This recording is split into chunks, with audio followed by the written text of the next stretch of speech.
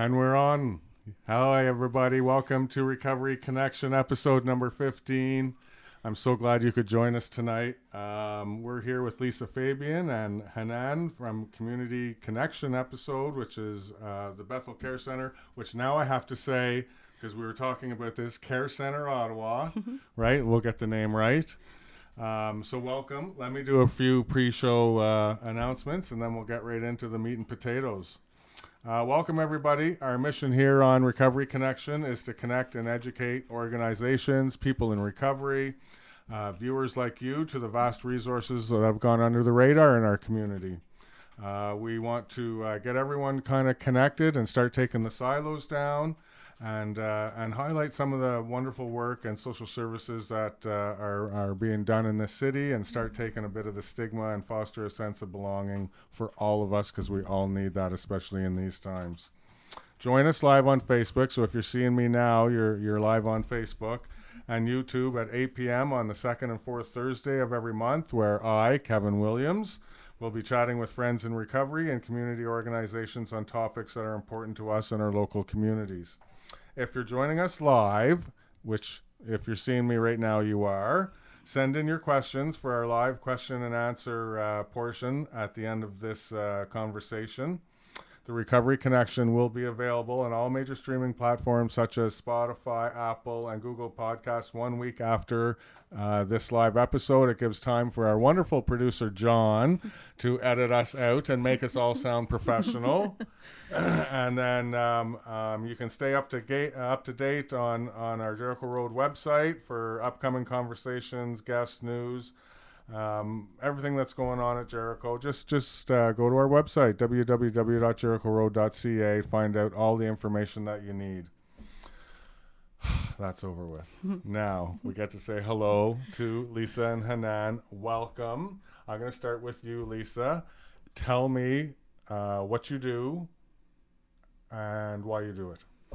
Well, I'm the director at Care Centre Ottawa, and Care Centre Ottawa is a member agency of the Ottawa Food Bank. We're a ministry that developed out of Bethel Church about over 5 years ago. And really we exist really to help, to bring sort of help to those who are in need, some physical support in the form of food right now, but also beyond that, just to build a sense of community amongst our neighbors, and to just reach out and to help those who are in need in any way that we can. Now, you said 5 years ago, so almost right before the insanity of this pandemic started. Yeah, so we opened our doors of the Care Centre in January of 2017. Yeah. And so when we did that, we had our first marketplace, which is a full choice food pantry and clothing depot open up. Yeah. And then along with that, the other half of the gym at the church we made into a cafe. So we would have a meal for our guests to have while they waited to shop at the clothing depot and the food pantry. And we had a little kid zone as well there, so kids could play and do crafts and those sorts of things. And so we had that all operating in January for the first time, and we had 27 families come to see us that first day. And from there, we just sort of saw a steady, gradual increase in the number of folks coming to utilize the services between January of 2017 until the pandemic happened. Yeah. And then we saw a dramatic, huge increase in the demand for service. Yeah, we're going to talk about that because that's important. Now it's your turn. Yeah. Who are you? I'm Hanan. I'm from Syria. I have been in Canada since 2016. And first time I met Lisa, it was the end of 2017. Yeah. There is an event outside. My neighbor, they asked me to go there to bring my kids, and Lisa came to see me, and as we used to see her, she started smiling, and because she felt I'm shy. And she said, "You're welcome, you're new, this is the first time for you." I said yes, and we started chatting, and I asked her about the church, what they are doing, and she invited me to the marketplace. And I asked her about something as a Christian, and she invited me to the Finding Hope class for us, and for kids there's a night for kids in the same day, and we start coming there. And first time when I went to the marketplace, I shocked when I saw the number of volunteers, all of them fighting to help the people. Yeah. I shocked, to be honest. I felt there's something touch my heart, and when we done, and I asked her if she don't mind, I like to be the part yeah. of this team, because I think there is a miracle here, because especially right now no one do that, but this group of people, all of them working like one, Yeah. as Jesus asked us. Yeah. So I feel this is what I'm looking for, and I start to go there as a volunteer. Yeah. And I'm going to ask you, why did you come from Syria to here? The main reason, because of the war. Yeah. To be honest, I didn't imagine I can leave my country. Yeah. My life was perfect there. I was a pharmacist. Yeah. My husband was accountant. We had a good life, but because of war, almost at the beginning, it was too hard to decide to go out. We spent 5 years, but the situation started to be worse and worse every day. Yeah. After that, we said, okay, we have two choices. The first one, to earn our kids, our life, or lost everything. So we said, okay, we're gonna lost everything and go out to find something. To be honest, we're looking for peace, for good life for our kids. This Yeah. first one. Understandable. Yeah, Yeah. this is the main reason for that. Yeah. And we're here. So how many hours do you guys work a week? Well, we're open now Monday through Thursday. The drive-through operates Monday to Thursday. And then we are in also on Fridays, sort of doing all those things in between that don't get done while the busy drive-through's happening. So we're there full-time at the Care Centre. Yeah. There's Hanan, myself, and then one other staff member, Don Hoskins, who helps us out. And he's phenomenal. Yeah. A big I know heart Don, heart of what we do, Yeah. for sure. Yeah. Tell me how many people are on average visiting in a week? So I can tell you, last month we had over 1,050 families came to see us in the month. Last month we served, so that would represent over 4,000 individuals came to receive our food support through the drive-through. Can you repeat that? So 4,000 4,000 individuals would have Wow. received food support through the food bank. And so just if we go back to that very first time, 27 families, by the time the pandemic started, we were serving 220 families, say in February, before the pandemic hit. Right away, we saw a sharp increase to over 500 families by March, and then just steady, slow incline from there forward. So that's when we had to shift and sort of rearrange all that we were doing. We used to have everyone, like I said, come inside and all of those things, and so quickly shifted. Yeah. We on a few podcasts ago, we were saying that we didn't want to use the word pivot anymore. Right. Yeah. For Yeah. sure. That was definitely the word of the day. And that's what it was, though. We didn't know what to expect. I think back on that time, and we really just didn't know. We wanted to keep our guests safe. We wanted to keep our volunteers safe. And yet we knew we needed to continue to provide the service. Now, actually more than ever, we knew we needed to be there when our guests needed us. So lots of changes and like we would say, pivots along the way. But we have a great volunteer team, just a really tremendous team of people who just like serve with their whole hearts. So they came on board, and we shifted and we changed, and then it allowed us to meet needs in ways that we never thought of before. But it helped us to be be just better and serve our guests how they needed right then. Because it's more about it's about the food, but then there's more to it than that, right? It's 100%. We talk about that all the time at the Care Centre. It's about the need for food is there, but it's so much more. It's so much more. It's about the connection, and when we talk to our guests and we do surveys and find out what they like about the services, what they need, those sorts of things. It always comes back to, yes, the food was great, but overwhelmingly it's about the kindness that they were shown, the help that they received to move from where they are to where they want to be going. So yeah, it's always about that much more. And you have first contact with these people, right? You see them when they come in the drive-through? Sure. Yeah, and what do you see when you talk to them? First, as Lisa said, first time when they come, they feel shy. Yeah. Because most of them, they have a job, but now they can't. Everything goes up, the fuel, the food, the rent, everything. So the first visit for everyone, it's difficult, to be honest. But we try to make it easy. We try to tell them it's normal. That's the new style of life after COVID and during the COVID, but still continue after COVID. Yeah. Most of them lost their job. Most of them, they're struggling a lot because you can say they keep around 2 years isolated without connection, without talking, because before COVID, we had big gym. We had every second Saturday and the fourth Monday.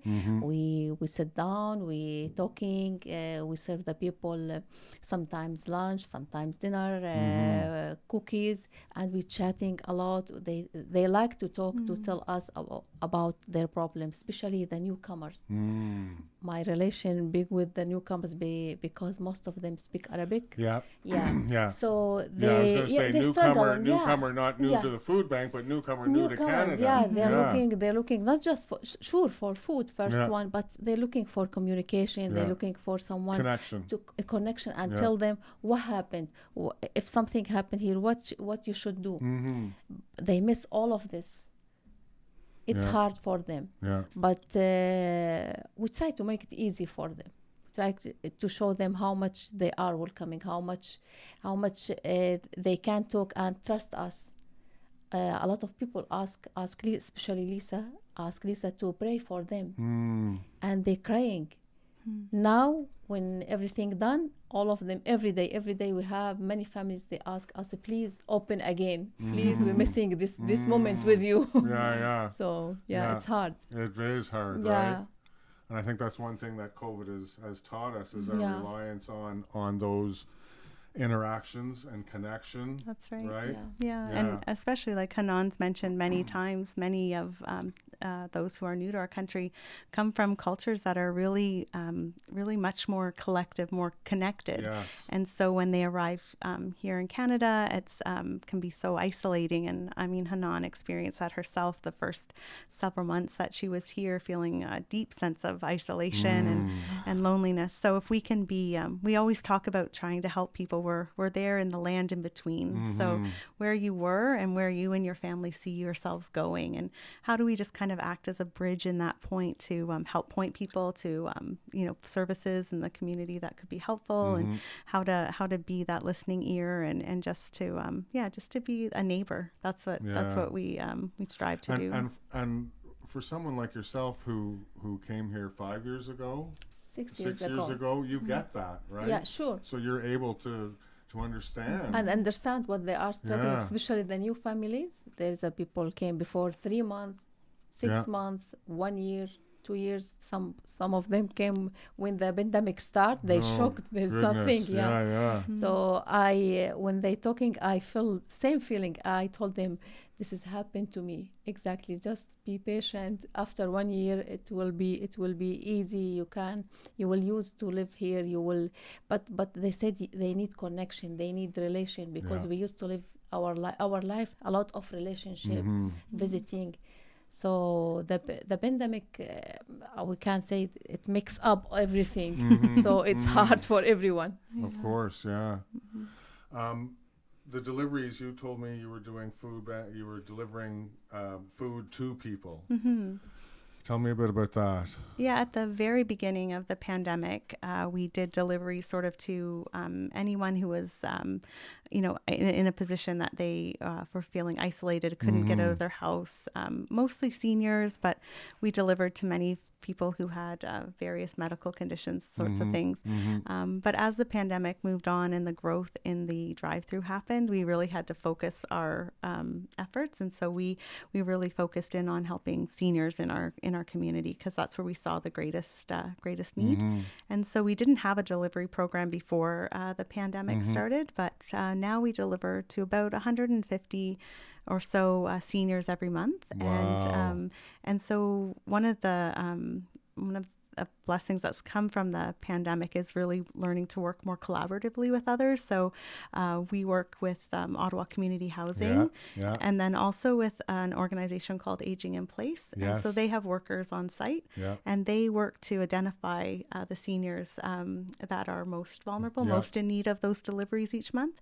And they send us, a list of folks, and then we coordinate deliveries. And so for us, we started delivering at one building, and then Ottawa Community Housing connected with us, and the Aging in Place workers asked, like, could you maybe come to this area as well? We have a huge need here. And actually, we said we'd love to. We have the infrastructure in place and the ability to prepare the care boxes, but our team is small, and especially during COVID, that number shrank quite a bit. So if you could provide volunteers to deliver those packages, we can help with our end. That was my next question. Were you guys doing the deliveries? We do half of them. We do on our own, but the other half are done now by a church. Their small groups offered to come and take part in, so they do the deliveries, which is a really beautiful picture, I think, of what we can learn from this. How can we work together? So in our backyard, we're able to serve the seniors that are in our neighborhood, and we can do that really well, and we can focus on them, and we do all kinds of events. Like tomorrow, we're going to do a barbecue lunch there, and so we can mix the need for food and delivering the care boxes, but also provide social events and do things together. But we can't do that all across the city on our own. So this other church in their backyard said, hey, we're gonna come together and we'll deliver. And now they're building relationships with those seniors, and we couldn't do that. So we need to partner together and sort of do the things we do best, and then let others do the things that they can do. To grow things out. It's interesting that you say that, because one of the things that we talk about here on Recovery Connection is taking down the silos, and I don't know why, but we're also used to doing our own thing and not communicating with one another. Right? And I think that's an idea that we have to get rid of. We have to start communicating and working together, because we do so much better when we all work together. Right? Our impact is so much better if we work together. That's for sure. Okay, so one of the things I saw on the website, which I had mentioned to you when we were doing our pre-podcast, was the cooking on a budget online and the cooking instruction online. Tell me a bit about that, because I was fascinated with that. I thought that was fabulous. Well, we used to, pre-COVID, we did cooking on a budget at the Care Centre, and so Hanan was actually part of that, and so families would come in, and we would pick an items from the food bank, so things that you could get on your typical visit, and we'd make a meal with them, and then we would, after it was ready, we'd share a bit for lunch, and then we would a lot of it was practicing English while we were sitting around the tables in a just a casual environment, and then from there families would take home a meal, and so that was folks really enjoyed. And vice versa. How's your Arabic coming? Actually, you know what? It's funny, but it's a lot of work. It's true though. It's hit me. It's what you got? Shukran. Thank you. I know that. But part of it really is like when we would do our time together. I would say, like, I wanted to learn. And Yeah. so folks would teach me words and they'd hear me stumble and they'd hear me say things wrong and we'd laugh. And then it just highlights the fact that what you're doing is really hard. And if I had to do that in another culture, Exactly. if I had to learn Hanan's language and move to where Hanan lived and leave everything that I knew familiar behind, Yeah. you know, where would I be? I would want someone to be there on the other side and holding out a hand and helping me in that land in between. And so I think for our guests, when they would teach me words, it sort of brought this shared humanity together, Of course. right? So, And humility. and that's it. Right? It's the truth. Yeah. I say it all the time to Hanan. I have no idea how her and her family have done what they've done, but it's just a beautiful, beautiful demonstration of, like, you know, God's provision, but also this demonstration of resilience. And we see that in our guests so often, you know, people with all kinds of stories, but have come through and are just doing their very best to get to where they need to be. So you were doing the cooking? Sometimes tabbouleh. Yeah. We asked me to do something, and there is a lady, she's from Iraq, she cooked something. Another lady, shawarma. Yeah. My favorite. Yeah. Yeah. Maybe next time when we open, we can invite you. Yeah, we go on the road, right? We take Recovery Connection on the road. Right. Wow. I can do that. I think the best thing out of the cooking class was that we learned that our guests could cook far better than any of us. Yeah. And so they actually took over the class and Yeah. they started to teach it. So that was really great. So Hanan has taught us many great things. Yeah. And I like what you said, you know, it's kind of, you know, if we really want to understand, then we have to put ourselves in that position. Yeah. And I kind of get that because my wife is Filipino. And so when I go to the Philippines, I understand, you know, how tough it would have been for her to come to this country with very, you know, limited language capability and whatnot. And it's just difficult. It's difficult, right? Sure, And yeah. you understand that. Yeah, sure. It's too hard, to be honest, especially if it's not your choice to come here. The war push you. Sometimes when you decide, I wanna go outside my country, I wanna find something, it will be more easy. But if you feel there is something push you, the war, you lost everything. So the first year will be very hard because you can't accept anything. Because it's not your choice. Someone pushed you. First year, it will be so hard for everyone. And after that, you used to, because there is no choice. You can't go back. You should continue your life here. So you should decide, okay, now this is my life. I have everything I'm looking for, because we're looking for peace, for happiness, for safe, for everything, for good life, for our kids, for us. When you find this in front of you, and when you're looking after to your life there and the people there, because we're still connected with our families there, all of them course, there. yeah. So you said, oh, we are so lucky. Yeah. And thanks God we are here. So you start to accept what you have. Sometimes it's less than what you're looking for. When you compare with your life there, you feel it's terrible. How can I be here? But you should accept it, and you should be thankful to God because you are here. A lot of people there, they hope they can be in your place here. How much of your clientele would you say is new Canadians? Oh, well over half. Even I don't really know the exact number, but 60 more percent. I didn't think you'd yeah, have a number yeah. to rip off, but like something like well over half of our guests are newcomers for sure. Yeah. Okay, so aside from the meals, the food, we were talking about everything else that goes along with it. So we were talking about prayer and follow-up support and giving them referrals and helping them navigate their way. Yeah. Right? What do you think is the most important thing aside from the food? I mean, definitely just feeling like you're not alone in all of these decisions. So just having someone who's there to walk alongside of you. Yeah. So we have, lots of times folks will come and say, this is what's going on. And I think through just organic relationships, you start to hear the needs, right? So for instance, we didn't set out I think some of the best things that we've done at the Care Centre are things that we didn't plan to do. Like, so our conversational English circles, they just developed out of hearing this need from everyone around us. We're going to school and we're learning English, and so that's really great, but we really need a place to practice and talk to each other casually. So we developed conversational English circles where we would go to the neighborhood, and someone would invite people to their homes, and we'd meet in kitchens or backyards or what have you, and we just have casual conversations. And so it was that, and then in those casual conversations, learning about the needs. So you need help to navigate the healthcare system. You have a child who's experiencing this. Where do I go? Who do I talk to? And just having that voice of someone to come to was super important, and just someone who you can share with, like how your day's been going, or that you're not on your own in this journey.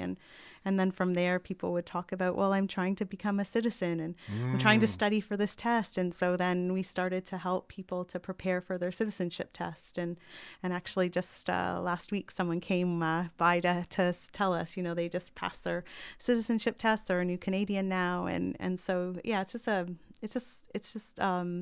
it's different for everyone who comes, but it always comes back to that need to just be connected to my neighbors and to know I'm not in this on my own. And what do you see as the biggest need for newcomers that you meet? Yeah, sure.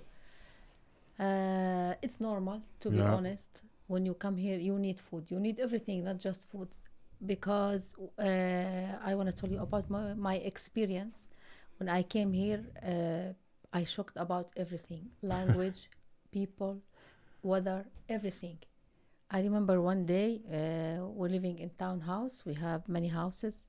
And we used to say hi to our neighbor. Yeah. But when I said hi, he looked at me like this. He shocked. And one time I told Lisa, I was in the bus, and there is a lady, she has a stroller and baby, a lot of bags. Yeah. And I'm thinking, when the bus stops, I will ask her, can I help you? It's okay. I'm welcoming to help her. And just ask her, can I help you? She said, go ahead. I shocked, to be honest. Yeah. We don't used to live this life there, so it's hard. So we're looking for food. That's sure when you arrive, but we're looking for relationship with the people, good relationship, good connection, communication. So community. Yeah, community is very important for us. Yeah. So how do you help newcomers try to get that community? Yeah, do you know, when they came to our care center, they asked me about million things, to be honest. Yeah. But they said, wow, what this country, it's hard, blah blah, million question. I told them I had same question. It's hard. I can't live here, blah blah. I want to go back to my country. I hate this. I don't like this. But I told him it's normal. Yeah. Sometimes when you move from the city to another city in the same country, you feel it's hard for you. Yeah. How about you're moving from south to north or from east to west? It's too hard. Yeah. So I told them it takes a time, and summer here and spring and summer, it's nice to go outside, to start to see the people, to go around and walk and see the trees, the flowers, make you feel nice, feel happy until another winter come back. Yeah. And after I have 3 or 4 more families. After 3 or 4 months, when they came, every month I asked them, how do you feel now? They said, still same. After 3 or 4 months, now we feel we're doing better. We're doing now. The sun is here now. I told you. Yeah. You still have more than 3 months, and you will be good. Especially your first winter, yeah, right? Sure. It's what terrible. is this? It's terrible. Yeah. Well, if it's any compensation, I've been saying that for 50 years. So, I think it also comes back to what you said about silos and things like that too. So our job isn't to recreate the wheel and to start all of these programs to be able to help our neighbors. We are able to connect folks with what other great organizations are already doing in the city. So we do what we can do, and we work on the things that we can do. But then we also make it a point of connecting with our local organizations, other social services, because they're already doing the work, and the resources are already stretched, right? right? So of course, we're all stretched. So for us to recreate wheels isn't helping our guests. Yeah. I was going to ask this at the end, but I'm going to ask it now. What's your favorite part? My favorite part, I just love to be with the people. So I'd say my favorite part is, I can give you a story. It was my birthday a few days ago, and there was Congratulations. Thank you, I think. And a young girl was in the back seat with her mom, and her mom pulled up to the register, and she told me it was her first time, and she's really kind of frazzled and nervous, and first time to the Care Centre. Okay. And so her little one was in the back seat, and she was quite nervous, and so I was taking their information and noticed that a birthday was coming up, and I said to the little one, I just said, I'm having my birthday, and we happen to have some ice cream sandwiches inside, and I was wondering if you could help me celebrate my birthday. And so her eyes lit up, and then you could just see there was a sense of her mom was relaxing, and it was just this conversation that we started to have. And anyway, went through the order and did all of the things that we needed to do and got to know them a little bit better, and then anyway came back out, and I had 2 ice cream sandwiches, and I asked if she could you give one to mom when she comes, and then also you pick, there was 2 different kinds. I said, you pick the one that you like the best, and share another one with mom. And so as I was walking away, she had this big smile, and she just, this little tiny voice from the back seat said, happy birthday. But it was just this normalization for that moment. We are in need, and I shouldn't say normalization. The whole process isn't normal.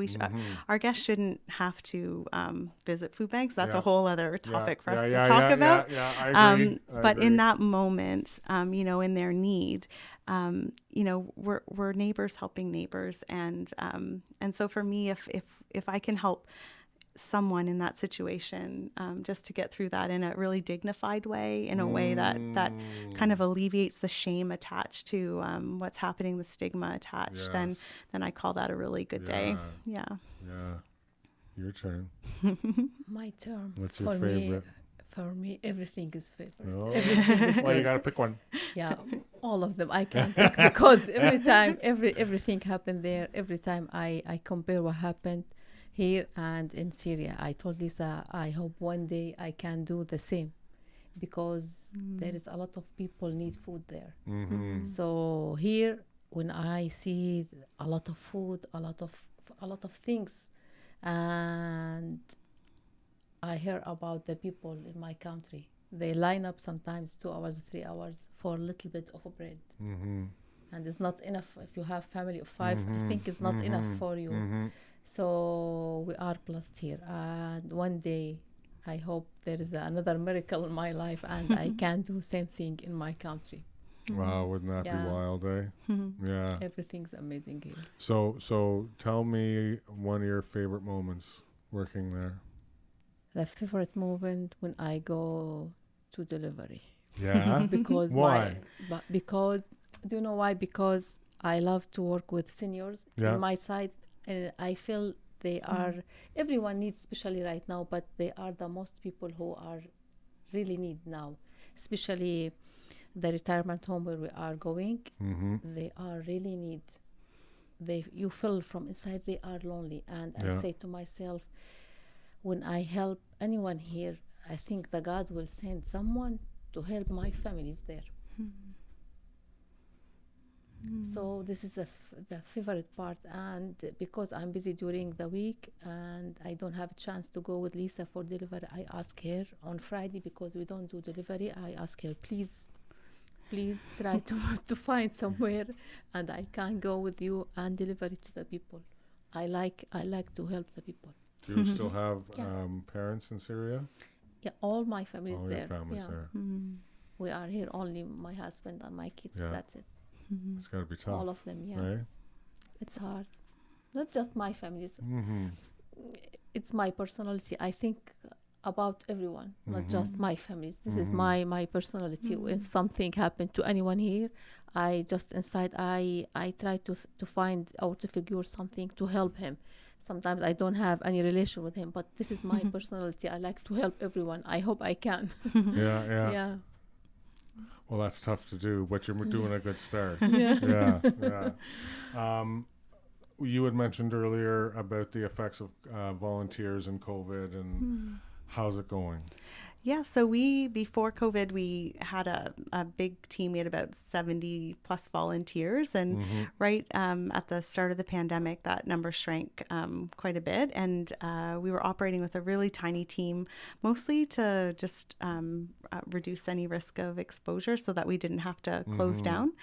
We've been starting to gradually have past volunteers come back to help us. And so that's been nice. We've welcomed some past volunteers back and are looking to have new volunteers join us coming up. Because a lot of the people that I talk to in the city have said there's been an attrition with volunteers. There's a lot that aren't coming back. Sure. Yeah. And for us too, one of my goals at the very beginning of starting the care center, part of it was helping our guests, but also for our volunteers. So a place where people could really feel like what they were doing mattered and that they were feeling like they were using their skills. And I really wanted to have a large portion of our help of people who were our guests. And so, because our guests are amazing and so often want to give back. So we'll work on that as well, having more of our guests coming in once we have our next volunteer training to have more folks come on board for sure. Yeah. So we were talking about the dramatic increase in numbers of people coming now. What's the hardest part about that? For me, because food banks weren't designed as a permanent fixture in our community. But unfortunately, there's a need for sure. But it's this tension and this balance between how do we move towards reducing that need for our guests to be recurrent food bank users. So looking at more of the structural things that lie beneath why people are using food banks right now, and so I think so important to be, looking at those things, things like ensuring that our guests, Hanan, one of the things you've asked her, what's something that people are looking for or needing? Well, employment, that's solid employment, right? Not precarious employment that's here and gone, or that's below a living wage, right? So being able to help our guests to actually have an opportunity to... I was hoping that word living wage wasn't going to enter our conversation because it irritates me. Okay, yes. I always think of Michael Maidmont, who was the old CEO of the Ottawa Food Bank, and I remember going to their AGM, and that was, now this has got to be, I'm going to start dating myself, probably 8 years ago, maybe 9. And they had just secured the funds to build a freezer inside their warehouse. Oh, right. Yeah. Right? To build it inside to keep food frozen, which means they could have more capacity for food, right? Yeah, sure. And so I always remember him saying at the AGM, the good news is, we secured the funding and we're building a freezer and everything's going to be great. And then he looked at everyone and said, and the bad news is...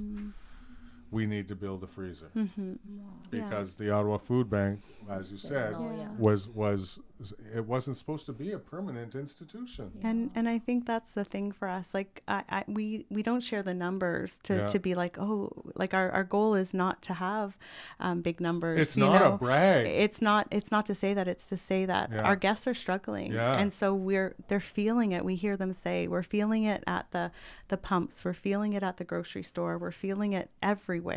And so there's this tension between incomes not matching the increase and that. So it's not keeping pace with right. So folks are having to use food banks because they simply can't stretch their dollar to make ends meet. So I think for me, what's difficult is seeing the growing numbers.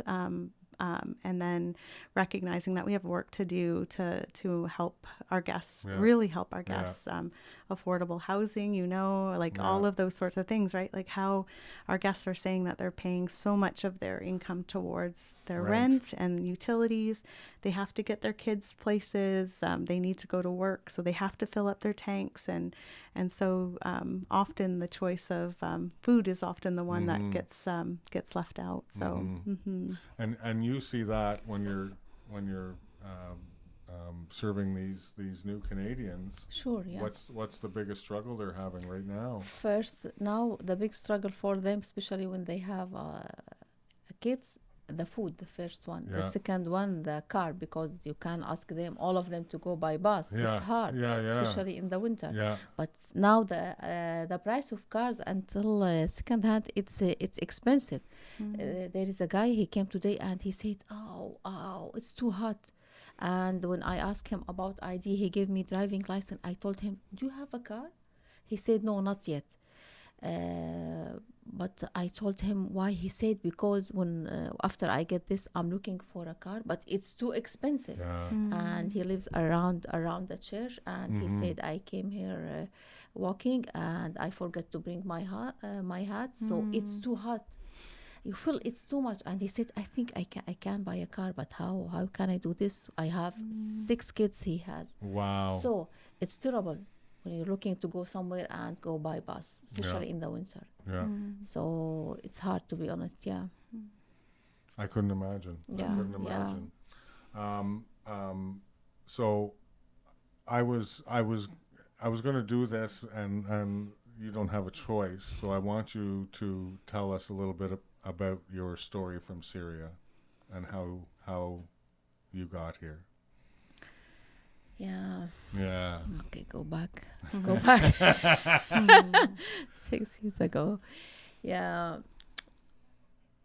Well, I told you when we decided to come here, because the last thing happened to us when my daughters were going to school. The last 2 months, they spent the time under the desk because they were through the bomb on the school. After that, we decide, no way. Now it's the time. And I have my friend here. He's a pharmacist. He's from Syria. And to be honest, I think, as I told you, there is a plan and there is a right time for everything. He have been in Canada before 14 years ago. And when he moved to Canada in 2008, and after 8 years, there is no connection between us. But before we decide to move, I don't know how he found our phone number. And he called us and he asked us if you want to go outside, of Syria. Yeah. We said yes, but we don't have any chance. He said, I can sponsor you. We said yes, why not? And we start with this plan, and after 3 months, I remember it was on February 14, 2016. We were here. Valentine's Day. Yeah, Valentine's Day, but it's winter. not Valentine. It's not Valentine. It was, not Valentine. It was the trouble day. When we arrived, when we opened the door to get outside the airport, we turned around and closed the door. It was minus 40. We said, oh no, we should go back to Syria. No way. It was too cold, and we don't have. You don't have winter coats or nothing. Yeah. They gave us in the airport, but after 20 hours, so you can't see anything. You have 4 kids. They are crying. They are tired, so you can't see anything. Just we grabbed the things in the bag and we went outside. Oh, what this? You feel you're in freezer. We said, no way, we want to go back. No. Yeah, it was hard, to be honest. The first year, it was too terrible for me. I spent this year crying and saying, what I'm doing here, and start thinking about my life, because I lost everything. I lost my life, my dreams, my families, everything. And when I get here, I was 40, so it's hard to start here, to be honest. And over that, the winter, the snow, everything white around you. You don't, and the language, because I got my bachelor in Arabic. Yeah. I don't know English, so it's hard. So did you know any English? No, No. just some grammars, writing, Yeah, but yeah. speak no. If someone say hi, I look at him, what he's saying to me. Yeah. To be honest. So the first year it was terrible, and after that there's no choice. Did you cry lots? Yeah, Right. but no more, Yeah, no yeah. more. And how? When did you guys get connected? It was 2017. 17, the end of 2017. Yeah. And when we met in that parking lot Yeah. for the Yeah. event, shortly after, I just reached out to Hanan with an email, and she came to visit me, and we worked on her resume and, just different things, got to know her. And she said to me, I don't care what I do. I need to volunteer here. I can't tell you how much I need to be here. She said, I'll wash your windows, I'll wash your floors, I'll wash your walls, I'll do whatever you need.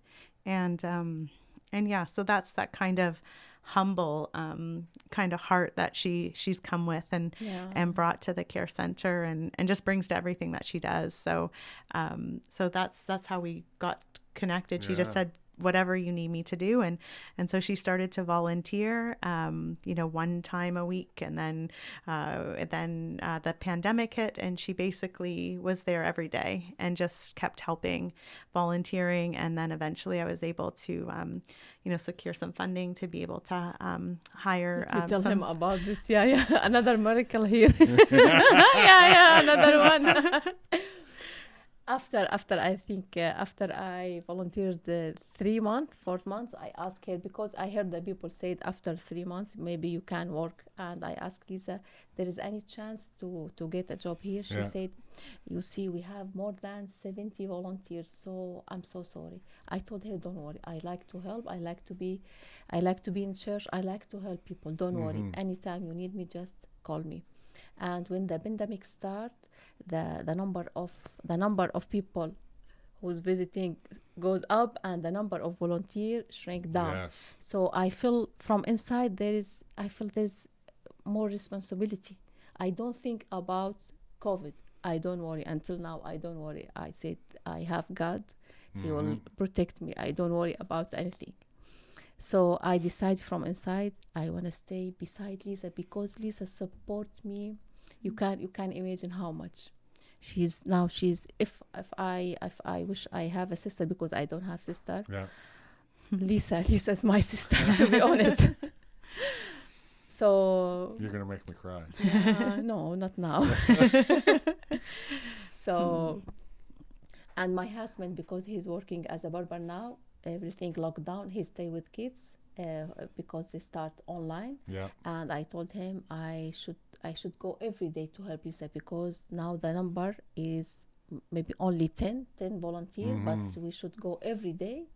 And I told him I should go every day to help her, and he said yes. And when he done, he comes to help us. Wow. Yeah, he likes to be with us to help. Yeah.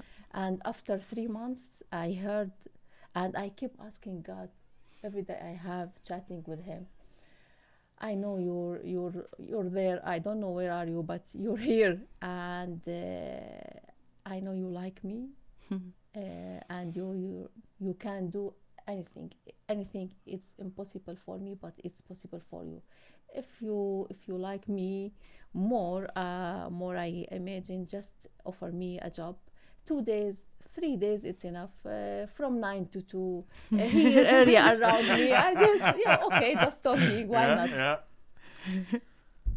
And after 3 months, Lisa offered this as a job for me. I told her no first, because from inside, from inside, because Lisa looking after me. And she really know I need help. Yeah. And my husband job started to be down and down because of lockdown. Yeah. I said no, because you need to give me money from you. You need to help me. And second day, she brought Bob and Dylan and everyone, and they said, "How you say no? How you say no? No one say no, especially now." I told him why I should say yes. They said, this is the reward from God. Yeah. We have It's a enough money blessing. now. Yeah, we That's have right. enough money, and you are here with us. This is now your job with us. Another miracle. Yeah. Yeah, thanks God. It's beautiful. Yeah. It's beautiful. Okay. We're almost running out of time. I Yeah. told you the hour would Wow. go by very quickly. So I'm going Wow. to do a few announcements, and then we're going to get to questions and answer. Do we have any questions up there, John? Can you hear me, John? John? No? Okay.